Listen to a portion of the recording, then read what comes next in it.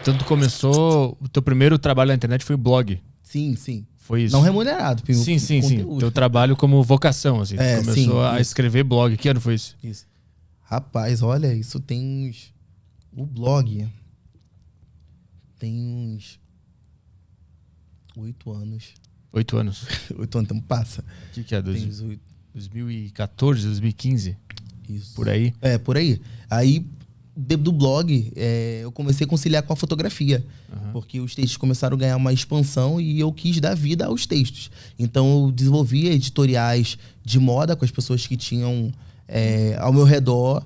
E aí, eu colocava rostos, né, no texto. Não deixava só o texto fantasioso, né? Eu mostrava que era uma história real por trás daquele texto. E aí eu fui pegando as pessoas que eu tinha acesso, as pessoas que estavam ao redor de mim, que eram as minhas referências de beleza, eram as minhas referências de conceito, era a referência de modelo, né? Eram as pessoas que estavam no meu ciclo. Então, por isso que eu digo que, quando você me perguntou sobre referência, eu nunca busquei afora. Eu sempre olhei quem estava ao meu redor e fazia acontecer com eles. Mas para ter essa ideia de fazer um blog de moda e de escrever textos, tem que ter alguém que te inspirou, alguém que já fazia isso, que te inspirou e deu vontade de fazer também. Sim. Não, o Brasil inquieta qualquer brasileiro, né? O Brasil, não tem brasileiro que não tenha incômodo. Então a minha maneira de digerir esse incômodo era escrevendo. Mas o que era esse incômodo? Rapaz, Brasil é problema social, problema racial. Algum exemplo, alguma coisa concreta que tu viveu e que te fez sentir esse tipo de inquietação, de vontade de botar pra fora e consertar e tal? Inúmeros casos, por exemplo, casos de racismo, de estar voltando numa faculdade e aí ter tomar uma dura, né? E aí ser questionado de tá com alguma coisa? Essa já de maneira afirmativa, né? Se tá com alguma coisa, fala. E aí, por exemplo, são questões que a gente vai lidando e vai até tratando com naturalidade, porque eu vivia numa realidade onde eu ouvia a bala comendo e continuava indo no meu destino como se nada estivesse acontecendo. Hoje em dia, eu não posso ouvir um estalinho aí que eu já me jogo no chão. Mas naquela época, né, eu ouvia tiro e a gente seguia a vida normal, porque era algo constante na nossa realidade. Então, essa realidade e essa naturalidade dessa realidade foi me gerando esse questionamento, né? De caramba, porque a gente vive assim e é assim. Por quê? Né? Não quero isso. Então, fui gerando pegando essas inquietações, esses questionamentos, esses incômodos e transformando em textos, levando pro blog. Fui entendendo que o Facebook foi ganhando uma expansão nas redes e fui levando pro Facebook. E, enfim, do Facebook as coisas foram desenvolvendo e eu fui adaptando e, enfim, levando para outras redes. Tu tava expondo a tua realidade ali. Sim. Que não podia ser normal, natural aquilo que tu tava passando, é isso? Tu queria expor pro mundo essas histórias. Sim.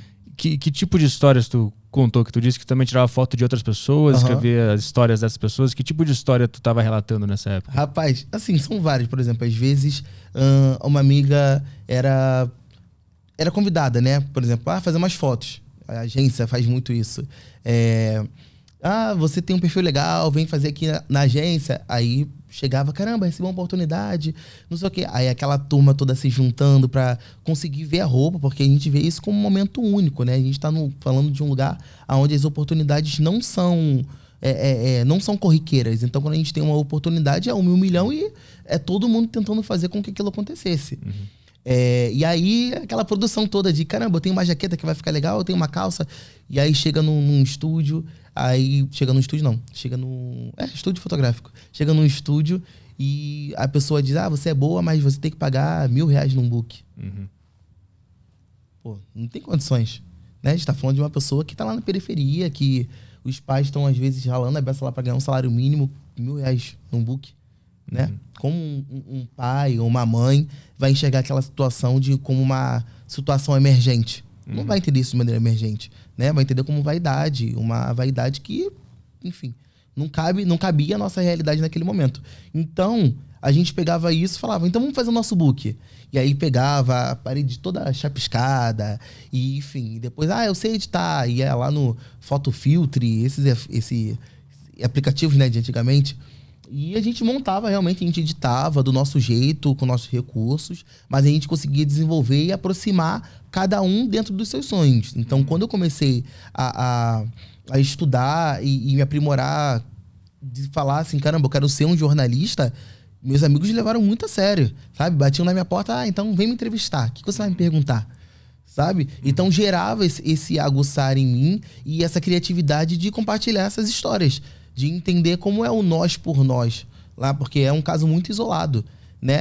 Para mim isso é algo muito incrível, esse senso de comunidade, esse senso de fazer o sonho de uma outra pessoa acontecer, principalmente hoje, vivendo no mercado e saber como os sonhos são individuais, né? Como as pessoas fazem outras pessoas de escada, como outras pessoas fazem de tudo para conseguir chegar aonde querem, mas às vezes o lugar onde você quer chegar, você consegue ajudar 10 pessoas ao longo do seu trajeto. Pelo menos eu aprendi assim, um senso de coletivo. E saber que aquilo ficava resumido ali. Então, quis compartilhar essa história, esse senso de coletivo nas redes sociais, e outras pessoas que vivem o senso de coletivo começou a abraçar também. Aí eu fui entendendo que nós não éramos único. Tinha outras pessoas que se identificavam e falavam, caramba, aqui também é assim. A gente também faz essa troca. E esse é o mais legal. Mas como é que tu uniu esse trabalho de fazer esse book próprio da galera ali com expor os problemas que estavam acontecendo na periferia? Quando tu começou a denunciar essas coisas? Então, a internet, né, é uma puta oportunidade aí de expressão, de comunicação. E aí eu fui entendendo isso como um público, porque nós éramos poucos. A Fazenda Botafogo, onde eu cresci, é um bairro muito pequeno, né? É um sub-bairro, na verdade. Então, assim, é um recorte de um bairro, a Fazenda Botafogo. E é o bairro onde contém o maior número de favelas ao redor do Rio de Janeiro. Então, cada rua que você desce é uma comunidade diferente. Então, às vezes, o bairro em si estava em paz, mas uma comunidade estava tendo guerra com a outra. E estávamos no meio. Então tudo sobrava para Fazenda Botafogo. Às vezes não era nada com a gente, mas se tornava com a gente, porque era um lado de lá, um lado de cá, em guerra, e a gente lá ilhado. Ah, virava o lugar mais pacífico, mais tranquilo para se estar, é isso? Aí todo mundo ia pra lá? É isso? Não pacífico, porque, por exemplo, Fazenda Botafogo é um recorte de um bairro, né? Que é de Coelho Neto, periferia do Rio, Zona Norte. E tem muitas comunidades ao redor. Muitas comunidades. E às vezes elas estavam em guerra entre elas.